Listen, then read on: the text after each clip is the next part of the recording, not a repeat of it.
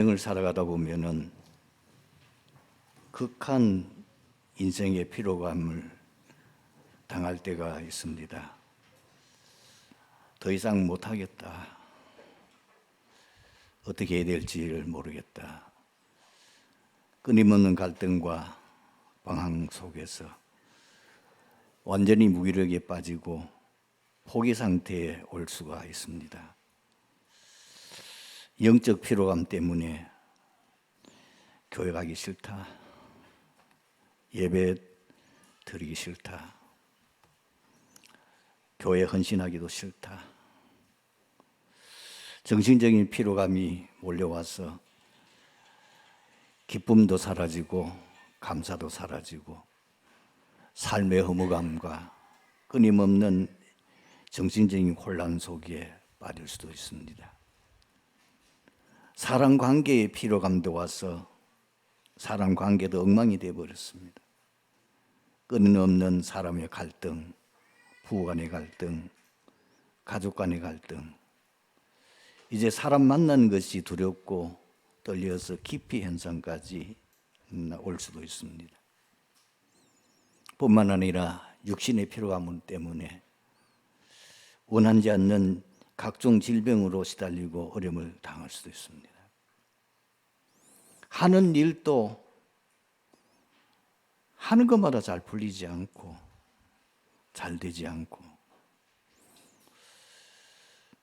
이런 어려움 속에 빠질 수가 있습니다. 현대인들을 보게 되면은 많은 사람들이 인생의 극도의 스트레스와 피로감을 맞이하다 보니까 어떤 사람들은 그걸 잊어보려고 알코올 혹은 이 게임 혹은 심지어 심한 사람은 마약 중독에 어떤 사람은 타락에 빠지기도 합니다. 어떤 사람들은 극단적인 선택을 하기도 합니다. 그런가 하면 어떤 사람은 좀 건전한 방법으로 이 문제를 해결해 보려고 독서도 하고 영화 감상도 하고 또 요즘 스포츠에 빠져가지고 거기에 열광하기도 하고 그래 보지만은 인생에 답은 없습니다. 지금 내가 어떻게 해야 될지 모르겠다고 하는 분이 있습니까? 엘리야도 극한 어려움 속에 빠졌습니다. 그 대단한 선지자 엘리야가 하늘에서 불이 내려오기도 하고 그리고 3년 6개월 동안 비가 오지 않는 그 땅에 하나님 앞에 기도해서 비가 내리기도 하고 그 바알아세라 선지자 850명을 다 처단하고 그렇게 해서 이스라엘이 대기적을 이루었던 엘리야지만은 아무도 변화되지 않고 오히려 이세벨은 기세등등하게 자기를 죽이려고 할 때에 도망을 가다가 노뎀나무 밑에 아예 쓰러져서 하나님 앞에 기도하기를 하나님 저를 불러가십시오. 더 이상 할 수 없습니다. 그럴 때에 하나님께서는 주의 천사를 보내사 2번이나 떡과 물을 주시며 그 힘을 의지하여 호렙산까지 가게 하셨고 거기서 새로운 시작의 역사가 일어났습니다. 가장 힘든 때가 가장 하나님이 함께하는 시간이요. 그때가 가장 하나님의 응답받을 수 있는 새로운 시작의 시간입니다. 어떻게 하면 되겠습니까? 다른 것보다도 우리의 영혼의 힘을 얻고 영적인 은혜를 회복하는 것이 가장 중요합니다. 여러분, 가장 좋은 시간이 언제입니까? 진짜 여러분들이 아무 방해받지 않고 나 혼자만 있을 수 있는 좋은 시간에 메시지를 들으십시오. 강단 메시지를 들으시고 또 본부 메시지 들으시고 그 들은 말씀을 찾고 기도하십시오. 그리고 하나님 앞에 진솔하게 고백하십시오. 나의 상태를 그대로 수고하고 무거운 짐진 자들아 다 내게로 오라. 내가 너희를 쉬게 하리라. 그리고 솔직하게 하나님 앞에 부르짖어 간구하십시오. 얼마까지 마음의 평안이 올 때까지. 울고 싶으면 그때 실컷 우십시오. 그리고 빨리 예배를 회복하십시오. 주일 오전 오후 예배 시간에 집중하십시오. 조금씩 회복되어지면은 기도 수첩 매일 실천하고 또 한번 하기로 도전하십시오. 그때에 그냥 메시지 기도 수첩은 보지 마시고 그 기도 수첩에 기록된 내용에 관한 메시지가 있습니다. 우리 카톡방에 다 올려놓고 있죠. 그걸 먼저 들으시고 그다음에 이런 메시지 그 기도 수업에 기록되어진 내용을 조용히 보시고 은혜되는 분은 거기에 줄을 치기도 하시고 그렇게 하시면서 그 말씀 속에서 여러분 힘을 얻으시고 잘 안 되지만은 3오늘을 한번 도전해 보십시오. 오늘의 말씀, 오늘의 기도, 그리고 오늘의 전도가 무엇인가? 시작할 때가 쉽지는 않을 겁니다. 하다가 여러분들이 자꾸 힘들 수가 있습니다. 그러나 포기하지 마시고 한 달만 지속해 보시기 바랍니다. 하면 할수록 여러분들이 영적으로 내 자신이 변화되어지는 것을 느끼게 되어질 것이고 그것을 지속하면 할수록 내가 이전에 느끼지 못하는 놀라운 은혜를 하나하나 체험하게 되어지고 나의 이 인생의 피로감이 점점 사라지는 것을 느끼게 되어질 것입니다. 오늘 본문의 배경을 보면은 예수님께서 안식일에 한 바리새인 지도자로부터 식사 초대를 받아 식사하시는 곳에서 말씀하신 것입니다. 예수님 일행 외에도 상당히 많은 사람들이 함께 식사 초대를 받았던 것으로 추측이 되어집니다. 예수님께서 비유하신 큰 잔치는 구원받은 성도들이 천국에서 하나님과 함께 영원히 기쁨과 즐거움을 누리는 상황을 잔치로 비유한 것이라고 할 수 있습니다. 나가서 주님 재림 후 어린 양의 혼인 잔치를 염두에 둔 비유라고 할 수 있습니다. 놀라운 것은 천국 잔치에 참여할 수 있는 사람은 세상적인 특별한 자격과 조건이 없다는 것입니다. 초청에 응하기만 하면 됩니다. 오늘 우리는 이 천국 잔치를 통하여서 그 속에 있는 중요한 비밀이 무엇인지 우리가 그것을 통하여 응답받고 은혜받는 시간을 가지도록 하겠습니다.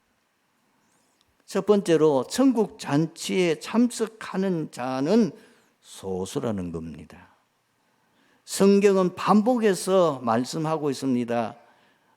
마태복음 13장 씨 뿌리는 비유, 씨를 뿌리는데 어떤 씨는 길가에 떨어지고 어떤 씨는 돌밭에 떨어지고 어떤 씨는 가지덩굴에 떨어지고 어떤 씨는 옥토에 떨어졌어. 제대로 씨를 열매 맺는 것은 옥토에 떨어진 씨만 열매를 맺는다. 그리고 또 가라지 비유도 있습니다. 어떤 사람이 밭에다가 곡식을 심었는데 생각지도 않게 그 다음 가보니까 가라지가 있습니다. 주인에게 물었습니다. 이 가라지는 심지도 않았는데 어떻게 있습니까? 원수들이 했구나. 지금 현대 교회의 모습을 말합니다. 교회는 곡식 신자만 있는 게 아니고 가라지도 있을 수 있다, 그 얘기입니다. 그리고 마태복음 22장 14절에 보면은 거기에는 혼인잔치에 대한 비유로 예수님 하신 말씀 가운데에 이 내용과 조금 닮은 점이 있죠. 혼인잔치를 준비하고 많은 손님들을 청했는데 거절합니다. 그래서 역시 초청받지 못한 다른 사람들로 그 자리를 채우게 됐는데, 그러나 이 주인이 와보니까 잔치에 참석한 사람 다 예복을 입어야 되는데 예복을 입지 않고 있는 손님이 있어서 그 손님을 내치게 된다는 얘기입니다. 그러면서 예수님이 하신 말씀이 청함을 받은 자는 많되 택함을 입은 자는 적으니라. 또 그런가 하면은 마태복음 25장에 보면 10처녀 비유도 있습니다.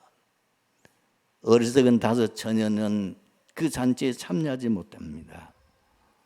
말세 교회에도 역시 양과 염소가 있는 것을 성경은 말씀하고 있습니다. 오늘 이 내용은 뭐냐면은 현장에서 전도하는 상황을 보여주는 겁니다. 이 복음을 가지고 많은 사람들에게 복음을 전했는데 왜 많은 사람들이 복음을 거절할까요?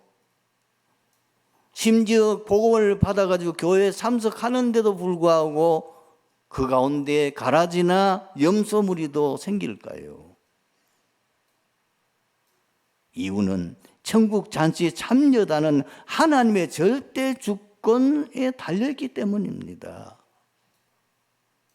그 사람이 예수 믿고 구원받아 하나님의 자녀 되어 이 천국의 잔치에 참여할 수 있는 사람은 하나님의 절대 주권 속에 있어요. 그래서 사도행전 13장 48절에 많은 이방인들에게 복음을 전했는데 그 이방인들이 다 복음을 들었음에도 불구하고 거기에 어떻게 기록되어 있습니까? 영생을 주시기로 작정된 자는 믿더라. 다 믿는 거 아니에요?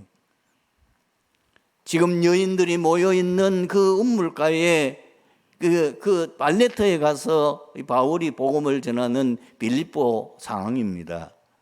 그 많은 여인들이 있었지만은 그러나 그 바울이 전하는 말을 듣고 믿고 돌아온 사람은 누디아밖에 없습니다. 성경을 이렇게 기록하고 있습니다. 주께서 그 마음을 열어 바울의 말을 따르게 하신지라. 아무리 말씀을 들어도 성령께서 성삼위 하나님이 그 말씀을 듣는 사람의 마음을 열고 그 말씀을 듣도록 성령으로 역사하지 않으면 말씀 들어도 알아듣지 못한단 말이죠. 왜 그렇습니까? 에베소서 1장 4절에서 5절에 기록되어 있습니다. 곧 창세전에 그리스도 예수 안에서 우리를 택하사 구원받은 자는 이미 창세전에 그리스도 예수 안에서 우리를 택했다고 말씀했습니다. 우리로 사랑 안에서 그 안에 거룩하고 흠이 없게 하시려고 그 기쁘신 뜻대로 우리를 예정하사 예수 그리스도로 말미암아 자기 아들을 되게 하셨으니, 사실 우리가 현장에서 열심히 복음 전해서 그 노력으로 많은 사람들이 예수 믿고 구원받는 것처럼 생각할 수 있습니다. 아닙니다. 이미 구원받을 자는 창세전에 예정되어 있습니다. 그 예정된 자, 영생 주시로 작정된 자만 복음받게 되어 있는 겁니다. 사람이 열심히 노력해가지고 가라지도 많이 올 수 있어요. 염소도 많이 올 수 있어요. 그러나 결실하지 못합니다. 그래서 우리 복음 전도자는 낙심하지 말아야 됩니다. 아무리 열심히 복음 전하는데 왜 전도 열매가 없습니까? 우리 사고는 아닙니다. 우리는 열심히 복음 전하며 그 열매 맺게 하고 모든 거 하는 거는 하나님이 하십니다. 그 결과는 우리의 아닙니다. 우리가 이 일을 게으리 한 거는 책임져야 돼요. 우리가 복음을 안 전한 거는 우리의 책임이에요. 듣고 안 듣고 그거는 그 사람 예수 믿고 안 믿고는 하나님 하시에요. 여러분들이 기억하셔야 됩니다. 그래서 에베소 2장 8절 9절에 뭐라고 말씀하고 있지요? 너희가 그 은혜를 인하여 믿음으로 말미암아 구원을 받았으니 이것이 너희에게서 난 것이 아니요 하나님의 선물이라. 행위에서 난 것이 아니니 이는 누구든지 자랑하지 못하게 하려 함이라. 그래서 여러분들이 사람들을 만나서 특히 우리 교인들이나 혹은 교회와 관계되는 사람들을 만났을 때에 사람을 정죄하거나 평가해서는 안 되지만은 분별은 해야 됩니다. 어떤 거 지금 씨 뿌리는 비유 속에 사람의 그 마음 상태를 말하고 있습니다. 길가밭 강팍한 자야. 도무지 말씀대로 순종하지 않고 지 멋대로 하는 사람. 강팍한 자. 아, 저 사람은 강팍한 사람이구나. 분별을 하면 됩니다. 그 다음에는 뭐지요? 돌밭에. 돌밭은 뭐지요? 자기 감정대로 신앙생활 하는 사람이에요. 자기 감정에 막 가면 확 달라붙어요. 그런데 이 사람은 결실을 하지 못해요. 뿌리가 내리지 못해요. 감정이 따라 움직이니까. 그런가 하면 가시덤불에 떨어진 씨, 이거는 가시덤불 같은 심령을 뭐냐면은 교회 열심히 헌신도 하고 막 하는데 세상 재리, 유혹 거기에 빠져서 열매를 못 맺어요. 너무 세속적인 사람, 너무 세상적인, 너무 육신적인 것에만 치중한 사람. 이런 사람은 또 그런 대로 분별해야 돼요. 그런가 하면 결국 뭐죠? 옥토. 이건 뭐예요? 말씀 그대로 순종. 그리고 말씀 따라 열매 맺는 사람. 그리고 여러분 또 보셔야 될 게 뭐냐면은 이제 우리는 절대로 표를 내서는 안 됩니다. 뭐라고 하서는 안 됩니다. 우리 스스로가 지혜롭게 분별하고 이제 우리가 도와주고 해야 될 사람들인데 마태복음 16장 13절에서 20절 그 내용 보면 예수님이 저번 때는 제자들에게 뭘 질문했습니까? 사람들이 나를 누구로 하느냐? 그랬더니 그게 네 종류의 사람을 말합니다. 신앙의 색깔입니다. 율법주의, 세례요한 같습니다. 굉장히 정의를 부르짖고 그러나 율법주의입니다. 그런가 하면 엘리야 같습니다. 신비주의. 이런 신비주의는 굉장히 또 시대마다 많은 역사를 이룹니다. 굉장히 신비한 능력을 강조하고 하니까. 그런가 하면 또 예레미야 같습니다. 박애주의. 참 어려운 사람을 잘 돌보고 하는 걸 박애주의.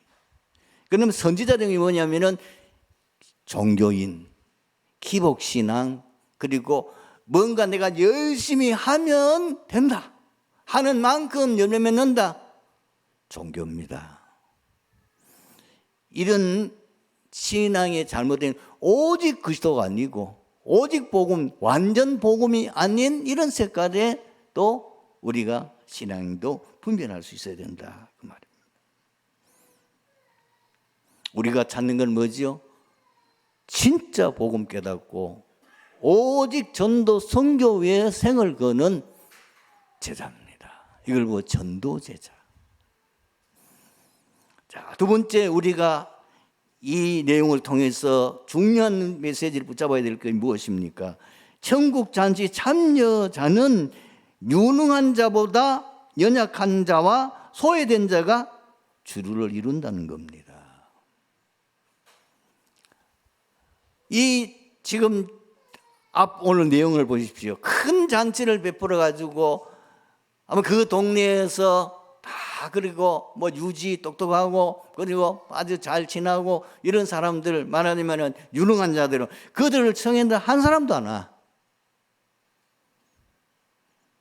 주인이 놓여가지고 종들에게 빨리 나가서 저 길거리나 다니면서 초청해라. 이 말이 뭘 말입니까? 왜 교회는 훌륭한 사람이 없습니까?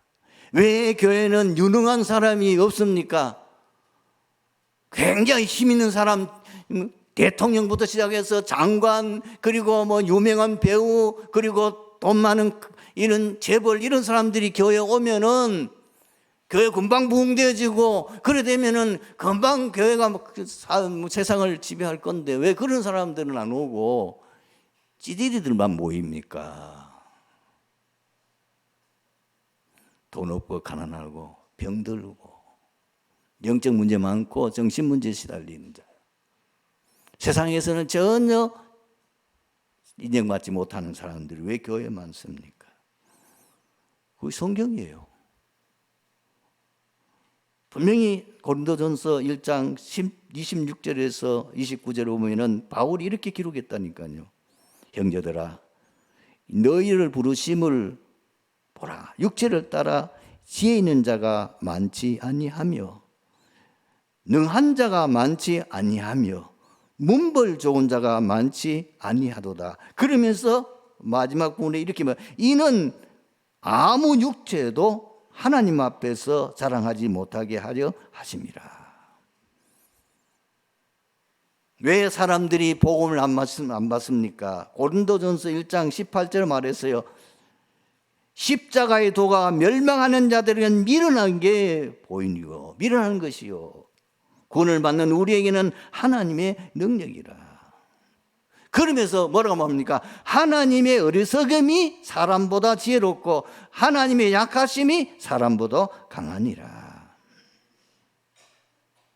그리고 마태복음 11장 4절 5절은 예수님이 복음 전하는 전도 현장의 모습입니다. 어떤 사람들이 복음을 받습니까? 어떤 사람들이 복음이 증거됩니까? 맹인이 보며 못 걷는 사람이 걸으며 나병 환자가 깨달음을 받으며 못 듣는 자가 들으며 죽은 자가 살아나며 가난한 자들에게 복음이 전파된다 하라.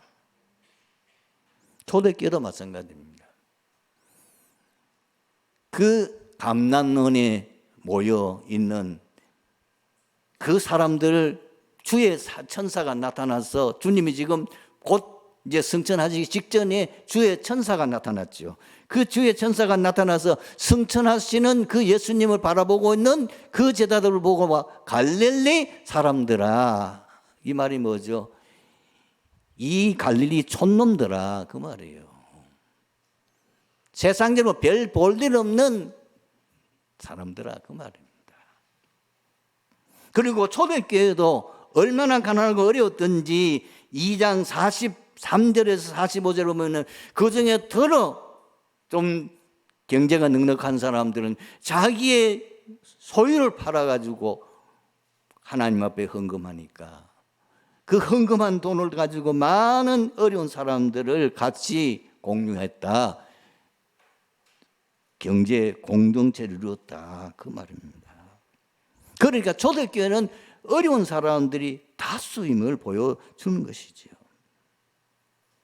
세 번째로 우리가 이 천국 잔치의 참여자의 대상은 만민이에요. 모든 족속이요. 지금 말하면 2, 3, 7 나라 5천 종족이에요. 오늘 보면 23절 나중에 이 주인이 종들에게 뭐라고 명령합니까? 빨리 너희들이 길과 산울가로 나가서 사람들을 강건하여 데려다가 내 집을 채우라. 이거는 이방인 구원을 말하는 거예요. 원래 선택함 받은 사람이야. 이런 사람들을 채워내가 하라. 예수님께서도 분명히 이 부활하신 후에 제자들에게 주신 메시지가 무엇입니까? 마태복음 28장 18절에 내가 하늘과 땅의 모든 것을 가지고 있다. 그러므로 너희는 가서 모든 민족을 제자로 삼아. 그리고 마가복음 16장 15절에 보면 온 천하에 다니며 만민에게 복음을 전파하라. 승천하기 직전에 주신 메시지도 마찬가지입니다. 오직 성령이 너희에게 임하시면 너희가 권능을 받고 예루살렘과 온 유대와 사마리아와 땅 끝까지 이르러 네 증인이 되리라. 그래서 초대교회는 그 박해 때문에 오히려 이방으로 전도하러 나갔잖아요. 박해가 일어나니까 사도행전 8절에 보니까 이 빌립 집사가 어디 가서 복음 전합니까? 절대로 유대인들이 가지 않는 사마리아 지역에 가서 복음 전하는 그 역사가 일어났어요. 거기서 또 어떤 사람을 만나게 됩니까? 저 에티오피아 네시를 만나게 돼요. 그 네시가 복음을 받게 돼요. 예수님께서 사도 바울을 부르실 때에 그에게 준 사명이 무엇입니까? 그것이 사도행전 9장 15절 아닙니까? 이 사람은 이방인과 임금들과 유대인에게 내 이름을 전하기 위한 나의 택한 그릇이라고 말씀합니다. 사실 안디옥 교회가 언제 세워졌습니까? 유대인들은 절대로 이방인들에게 복음 안 전하니까 큰 환난을, 스데반의 환난이 나여 그 흩어진 자들이 전 사방을 흩어져서 복음을 전하다가 안디옥에서 복음을 전하는데 거기에 대역사가 일어나게 되죠. 바울은 에베소 지역에서 전도에 큰 역사가 일어났어요. 큰 부흥이 일어났어요. 바울은 거기 만족하지 않고 내가 로마도 보아야 하리라. 사실 237 나라 5천 종족 만민에게 복음을 전하라고 하는 이 언약은 아브라함에게 주신 거예요. 창세기 12장 3절을 보면은 뭐라고 아브라함에게 말씀합니까? 천하 만민이 너로 말미암아 복을 받으리라. 그리고 18장에도 보면은 이 아브라함이 마므리의 상수리에 거기 장막을 치고 있는데 그 앞에 갑자기 세 사람이 나타나는데 이 세 사람이 누구냐면은 하나님 보낸 천사예요. 그들을 대접했더니 그 중에 한 천사, 그냥 천사가 아니고 구약에 오신 보통 이 주석가들은 그리스도라고 말합니다. 그분이 똑같은 말씀하세요. 그리고 그 모리아산에서 자기 아들을 제물로 드리다가 대신해서 수양을 드리고 난 그 사건 이후에 역시 똑같은 말씀을 천하 만민이 너로 말미암아 구원을 받을 것이다. 오늘 말씀의 결론입니다. 모든 성도가 항상 기억하고 실천할 것이 있습니다. 하나님의 소원이 뭔가? 하나님의 소원은 디모데전서 2장 4절에 기록되어 있습니다. 하나님은 모든 사람이 구원을 받으며 진리를 아는 데 이르기를 원하느니라. 그렇다면 우리는 할 것 한 가지밖에 없습니다. 전도 24시입니다. 우리는 늘 뭘 생각하느냐? 전도할 생각. 우리는 뭘 놓고 기도해야 되느냐? 어떻게 하면은 237 나라 5천 종족 세계복음을 할 것인가? 우리가 훈련받는 것도 그걸 위해서 훈련받고 모든 준비하는 것도 그걸 위해서 준비하고 우리 성도의 진짜 기도 제목은 마태복음 6장 33절에 증인되는 거예요. 그게 뭐지요? 너희는 먼저 그의 나라와 그 의를 구하라. 그리하면 이 모든 건 내가 더하여 주시겠다. 이 증인되는 나는 오직 복음 전하는 일에 내 생을 들여서 헌신했더니 하나님이 그 마태복음 6장 33절 말씀 그대로 내게 성취되어졌다. 모든 사람은 살리는 증인, 이 땅에 많은 재앙을 막는 증인, 말씀 성취의 증인. 이것이 우리의 영원한 기도 제목이 되고 그 응답의 주역이 되기를 주님의 이름으로 축원합니다. 아버지 하나님 은혜 감사합니다. 오늘 주신 말씀 통해서 트리니티 교회 모든 성도들이 새로운 결단과 새로운 하나님의 시작의 부름을 깨닫고 헌신하게 하여 주시옵소서. 코로나 팬데믹과 여러 가지 많은 어려움 때문에 지금 최고의 어려움 가운데 있지만은 새로운 시작임을 알게 하여 주시고, 지금부터 우리가 제대로 훈련받아서 다락방 운동 새로 시작할 수 있게 하여 주시옵소서. 새로운 응답받아 하나님 앞에 정말 증인되고 237날 5천 종족 살릴 수 있는 교회 응답받게 하여 주시옵소서. 주 예수 그리스도 이름으로 기도하옵나이다. 아멘.